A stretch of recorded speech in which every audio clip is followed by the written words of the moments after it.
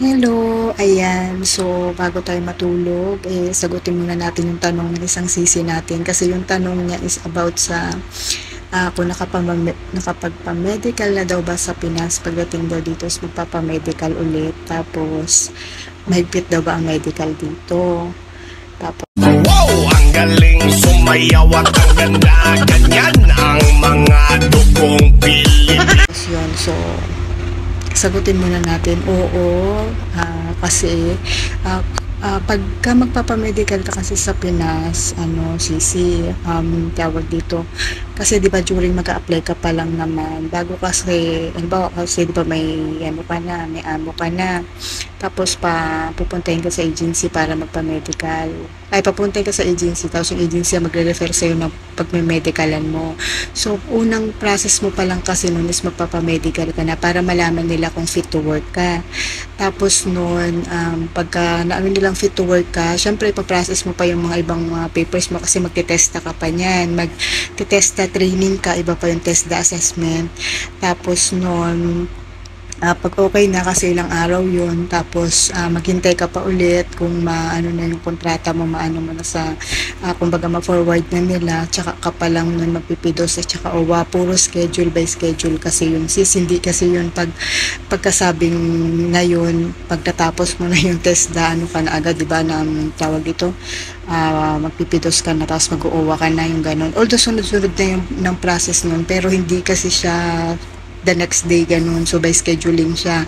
Syempre hindi naman natin alam kung pagdating mo dito is kalalo yung pag mabuntis ka o ganun, pag may partner ka sa Pinas, so yun, kaya yun yung panigurado nila na pagdating mo dito is hindi ka buntis o walang issue sa'yo o walang problema sa health mo, yung ganun. Kaya pagdating mo pa lang sa airport, talaga may susundo sa'yo na para ipamedical ka, ganun sila ka safe dito. Bali kung tanungin mo kung mahigpit ang medical dito, hindi naman. Kasi nung ako, sa case ko, di ba may sumundo sa akin ng umaga. Tapos mabilis lang, wala pang tanghali na na agad ako dun sa nahatid na. Kumbaga may susundo sa'yo, marami kayong susunduin yan. Tapos, di ba dun sa pagpamedikalan nyo, kasi medyo matagal lang siya kasi nga marami kayo. Bali ang nakafocus sila dun sa tawag niya, nakafocus sila sa urine mo.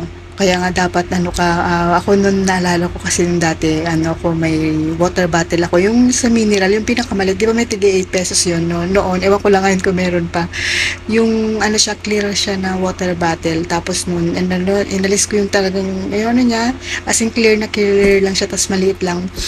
Tapos, walang laman yun nung pagkuhan ko sa airport sa NAIA, yun, may laman pa, tas nagutom nga ako kasi sarado pa nga yung nun sa kuhan, umano muna ako, naubos ko yun, kasi bago ka pumunta dun sa immigration, yun, wala dapat laman na tubig.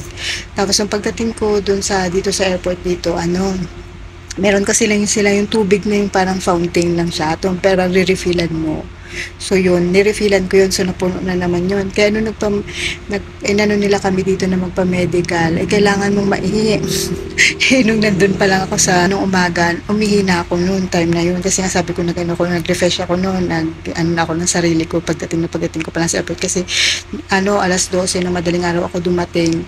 Tapos sinundo kami is ng 6:30 yung sabi. Pero parang nasundo yata ako yun, parang mga 8 na rin, yung parang ganun. Tapos yun nga, dinerecho kami nagpa-medical, diba? So ang una nun is kailangan mo sa urine test mo. Tapos nag-blood test din. Tapos nun meron silang parang counseling. Hindi ko lang counseling, basta may tinatanong sila sa'yo sa yung sa sarili mo. Tapos nun meron silang sa eye test din. Yung basta tinignan din yung mata mo kung malabo. Kaya nga may dala akong salamin din nun, so okay lang. Kasi pababasahin. Kaya mga ganong normal lang siya. Tapos, parang wala naman yata ang x-ray, parang walang ganun. Pero dun sila sa urine, tapos yung blood test, at saka yung sa mata. Tapos yung parang kinausap ka lang, ganun lang. Tapos mabilis lang ang process. Natagalan lang siya nung tawag dito. Kasi marami kayo. Tapos kasi doon din sa pagmamedical, maliit lang din kasi yun. Tapos kailangan mo maihi kasi kailangan mo yung urine. So yun lang naman din. Hindi siya mahirap, hindi siya hindi siya mahirap. Tapos kung ang tinatanong mo naman is tapos dito safe din kasi every 6 months dito may medical na. Yung ano lang naman sa ano nun, kailangan yung sa pregnancy test at saka yung sa HIV yata yung sa every 6 months tapos every 2 years nila yun yung may x-ray na. So yun, pagka ano, kaya hindi naman siya mahirap sis, hindi naman ano, madali lang siya. Kaya mas mahirap pag sa Pinas. Kasi doon sa Pinas, di ba meron tayo may encounter mo yung psychology test, tapos meron pa sila yung mga, di ba may mga ano, tawag na, yung sa, ano mo, yung mga, may almalanas kayo, mga ganon. Di ba may mga ganon-ganon pa sila mga test doon, tapos ano pa ba? Yung sa eye test, mga ganon. Mas matagal yung process pag sa Pinas, mas matrabaho. Dito hindi, saglit lang, oras lang, tapos na. So yun lang, ganun lang siya kabilis, hindi naman mahirap. Pero yun na, maganda dito ngayon kasi, every 6 months sila may medical, so malalaman din talaga kung ano. Hindi ka pwede mabuntis dito, yun. Kasi pag naano ka, syempre, papauwi ka kaagad, ganun. So yun, kung gusto mo ano ka, ano ka na? Then nakauwi ka na ba ng Pinas? Karang sabi mo kasi, di ba, nung 8 ka ang flight mo pabalik ng Pinas. So, yun. So, kung ano mo hindi siya mahirap. Mas mahirap pa yung, pag nagpa-medical ka dyan sa atin. Kasi ang dami nilang mga, mga test, di ba, yung tawag doon, parang isang buong araw mo yata yung process dito, oras lang tapos na.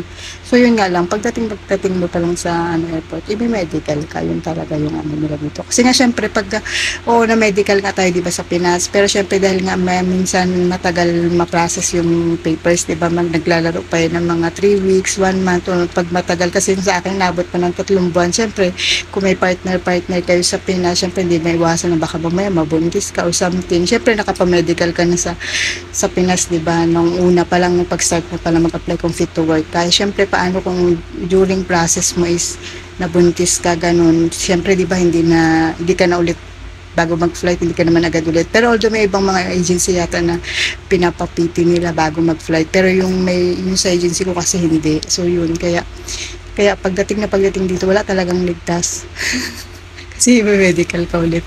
Kasi yun, kung may malabo ang mata mo, dapat magdala ka ng salamin. Kasi dito ipupush nila na magsasalamin ka din pagka may problema ka sa mata. Or kung madali kang tawag mo, madali mo madaya. Yung di ba may gaganon yung isang mata mo. Pagka ka